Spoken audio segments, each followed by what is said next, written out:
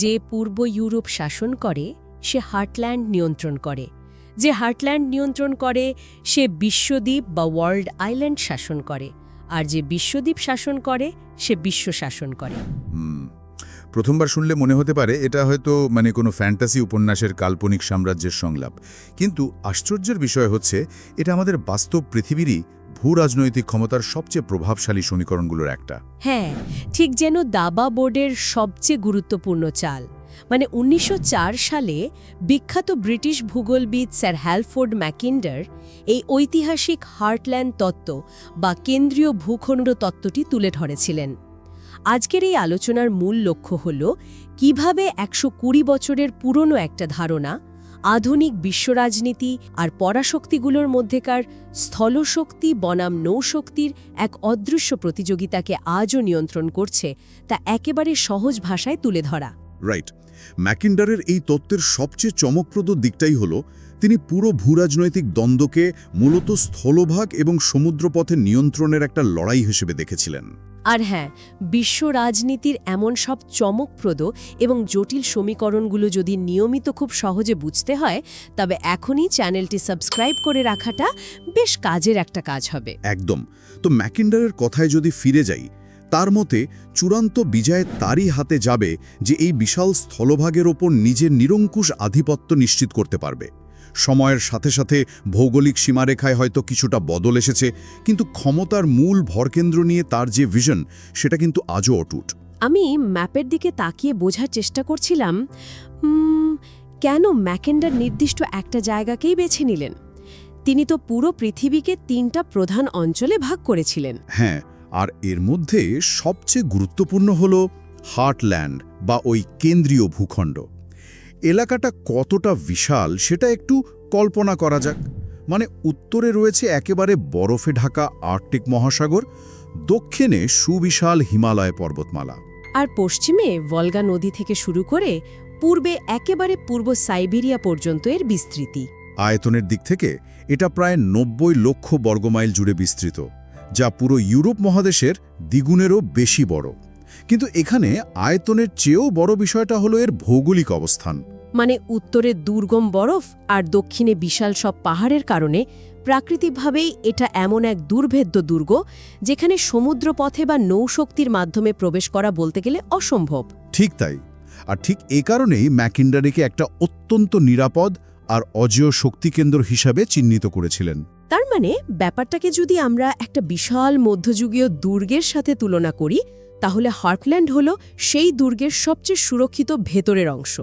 আর ম্যাকিন্ডারের মানচিত্রের দ্বিতীয় যে অঞ্চলটির কথা বলা হয়েছে, আন্তঃপ্রান্তীয় বা অভ্যন্তরীণ বৃত্ত, যাকে ইনার ক্রিসেন্ট বলা হয়, সেটা যেন ওই দুর্গের চারপাশের পরিখা বা বহিরাঙ্গন। এই বৃত্তটি মূলত হার্টল্যান্ডকে পশ্চিম, দক্ষিণ ও পূর্ব দিক থেকে ঘিরে রেখেছে। রাশিয়া বাদে ইউরোপের সমস্ত দেশ, উত্তর আফ্রিকা, মধ্যপ্রাচ্যের বড় একটা অংশ, ভারত এবং দক্ষিণ পূর্ব ও পূর্ব এশিয়ার দেশগুলো এই বৃত্তের ভেতরেই পড়ে। দারুণ একটা তুলনা। কিন্তু দুর্গের বাইরের এই পরিখা বা অভ্যন্তরীণ বৃত্তের গুরুত্ব কিন্তু কোনো অংশেই কম নয়। হার্টল্যান্ড যেখানে দুর্গম ও বরফাচ্ছন্ন, এই অভ্যন্তরীণ বৃত্তটি ঠিক তার বিপরীত। এটা সমুদ্র ঘেঁষা। কালে দেখা যাবে পৃথিবীর প্রধান 4টি ধর্ম, খ্রিস্ট ধর্ম, ইসলাম, হিন্দু ধর্ম ও বৌদ্ধ ধর্মের উৎপত্তি আর বিস্তার কিন্তু এই অভ্যন্তরীণ বৃত্তের ভেতরেই ঘটেছে। মানুষের সভ্যতা, বাণিজ্য, কৃষি আর সাংস্কৃতিক আদান প্রদানের মূল প্রাণকেন্দ্র ছিল এটা। আর এর বাইরে যা কিছু আছে সেটাই হলো তৃতীয় অঞ্চল, যাকে বলা হয়েছে বহিঃপ্রান্তীয় বৃত্ত বা আউটার ক্রিসেন্ট। উত্তর ও দক্ষিণ আমেরিকা, অস্ট্রেলিয়া, ব্রিটিশ দ্বীপপুঞ্জ, জাপান এবং সাহারা মরুভূমির দক্ষিণাঞ্চলীয় আফ্রিকা এই বৃত্তের অংশ। মজার ব্যাপার হলো ম্যাকিন্ডার এই পুরো অঞ্চলটিকে দ্বিতীয় হার্টল্যান্ড বলেও আখ্যা দিয়েছিলেন। অর্থাৎ মূল ক্ষমতার কেন্দ্র আর তাকে ঘিরে থাকা বাণিজ্য কেন্দ্রের একেবারের বাইরের বলয় হলো এটা। এই 3টা ভৌগোলিক বিভাজন মাথায় রাখলে বিশ্বের গত কয়েক শতাব্দীর ইতিহাসকে পড়া অনেক বেশি সহজ হয়ে যায়। রাইট। উদাহরণ হিসেবে 18 ও 19 শতকের সেই বিখ্যাত দ্য গ্রেট গেম, এটা ছিল মূলত ব্রিটিশ আর রুশ সাম্রাজ্যের মধ্যে এক ঐতিহাসিক প্রতিযোগিতা। অনেকটা যেন বিশাল পাহাড় আর মরুভূমি জুড়ে খেলা এক হাই স্টেক্স বোর্ড গেম। একদিকে সমুদ্রের অধিপতি ব্রিটিশ সাম্রাজ্য, অন্যদিকে স্থলভাগের দানব রুশ সাম্রাজ্য। ব্রিটিশদের মূল ভয়ই ছিল রাশিয়া যদি কোনোভাবে মধ্য এশিয়ায় তাদের প্রভাব বাড়িয়ে ফেলে তবে তা সোজা নেমে আসবে ব্রিটিশ শাসিত ভারতের দিকে। অর্থাৎ হার্টল্যান্ডের স্থলশক্তি অভ্যন্তরীণ বৃত্তের সবচেয়ে দামি সম্পদের দখল নিয়ে নেবে। ঠিক এই জায়গাটিতেই স্থলশক্তি এবং নৌশক্তির দ্বন্দ্বের বিষয়টা সবচেয়ে স্পষ্টভাবে ফুটে ওঠে। আবার একই সময়ে অটোমান সাম্রাজ্যের ভূমিকাও কিন্তু এড়িয়ে যাওয়ার মতো নয়। হ্যাঁ, তারা প্যান তুরানিজম বা সমস্ত তুর্কি ভাষাগোষ্ঠী ও জাতিকে একত্রিত করার এক স্বপ্ন নিয়ে মধ্য এশিয়ার ওপর নিজেদের প্রভাব বিস্তার করতে চাইছিল। কিন্তু সেই স্বপ্ন খুব বেশি দিন টিকতে পারেনি, কারণ পরবর্তীতে সোভিয়েত ইউনিয়নের উত্থান ঘটে এবং তারা অত্যন্ত কঠোর নীতি গ্রহণ করে। হার্টল্যান্ডের ওপর রাশিয়ার একচ্ছত্র সামরিক ও রাজনৈতিক নিয়ন্ত্রণ গড়ে ওঠে। তারা খুব সুকৌশলে বিভাজন নীতি প্রয়োগ করে পুরো মধ্য এশিয়াকে নিজেদের প্রভাবাধীন বিভিন্ন ছোট ছোট রিপাবলিকে রূপান্তর করে, যার ফলে সেখানে অটোমানদের প্যানতুরানিজম বা অন্য কোনো শক্তির মাথাচাড়া দিয়ে ওঠার সুযোগ একেবারেই নষ্ট হয়ে যায়। পুরো বিংশ শতাব্দী জুড়েই এই হার্টল্যান্ড ছিল সোভিয়েত ইউনিয়নের লৌহ কঠিন এক দুর্গ। 1991 সালে সোভিয়েত ইউনিয়নের পতনের সাথে সাথে বিশ্ব রাজনীতিতে এক বিশাল শূন্যতার সৃষ্টি হয়। আর ঠিক তখনই শুরু হয় নিউ গ্রেট গেম বা নতুন ভূ রাজনৈতিক লড়াই। আধুনিক এই প্রতিযোগিতায় পুরনো খেলোয়াড়দের পাশাপাশি মাঠে নামে নতুন সব পরাশক্তি, আর তাদের কৌশলগুলোও হয় একেবারে ভিন্ন ধাঁচের। এই নতুন কৌশলগুলো সত্যিই অবাক করার মতো। যেমন মার্কিন যুক্তরাষ্ট্রের কথা যদি ধরা যায়, তারা তো এই হার্টল্যান্ডের সরাসরি অংশ নয়, তারা আউটার ক্রিসেন্টের একটা নৌশক্তি। কিন্তু 9/11-এর পর আফগানিস্তানে যুদ্ধ ও সন্ত্রাসবিরোধী অভিযানের অজুহাতে তারা ঠিকই হার্টল্যান্ডের দূরগোড়ায় সামরিক ঘাঁটি স্থাপন করে বসল। পাশাপাশি ওই অঞ্চলের তেল ও গ্যাসের বিশাল মজুতের উপর অর্থনৈতিক নিয়ন্ত্রণ প্রতিষ্ঠা করা এবং গণতন্ত্র ও মানবাধিকারের মতো আদর্শগত প্রচারণার মাধ্যমে তারা সেখানে নিজেদের অবস্থান শক্ত করার চেষ্টা চালায়। অন্যদিকে রাশিয়া হয়তো সোভিয়েত ইউনিয়নের মতো বিশাল ছিল না, কিন্তু তারা দাবার বোর্ড থেকে হারিয়েও যায়নি। তারা খুব দ্রুতই তাজিকিস্তান, কিরগিস্তান এবং কাজাখস্তানে নিজেদের সামরিক প্রভাব ও ঘাঁটিগুলো বজায় রাখার উদ্যোগ নেয়। তবে রাশিয়ার সবচেয়ে বড় চালটি ছিল জ্বালানি সরবরাহ বা এনার্জি ডিপ্লোমেসির ক্ষেত্রে। ক্যাসপিয়ান সাগরের তেল ও গ্যাসের প্রবাহ যাতে তাদের পাইপলাইনের মাধ্যমেই পশ্চিমে যায় তা তারা নিশ্চিত করে। শুধু তাই নয়, রাশিয়া ইউরেশিয়ানস বা ইউরেশিয়ানবাদের মতো একটা আদর্শিক মতবাদও বেশ জোরালোভাবে প্রচার করতে শুরু করে, যার মূল লক্ষ্যই হল পশ্চিমাদের বা আটলান্টিক শক্তিগুলোর বিরুদ্ধে ওই অঞ্চলে একটা শক্তিশালী ব্লক তৈরি করা।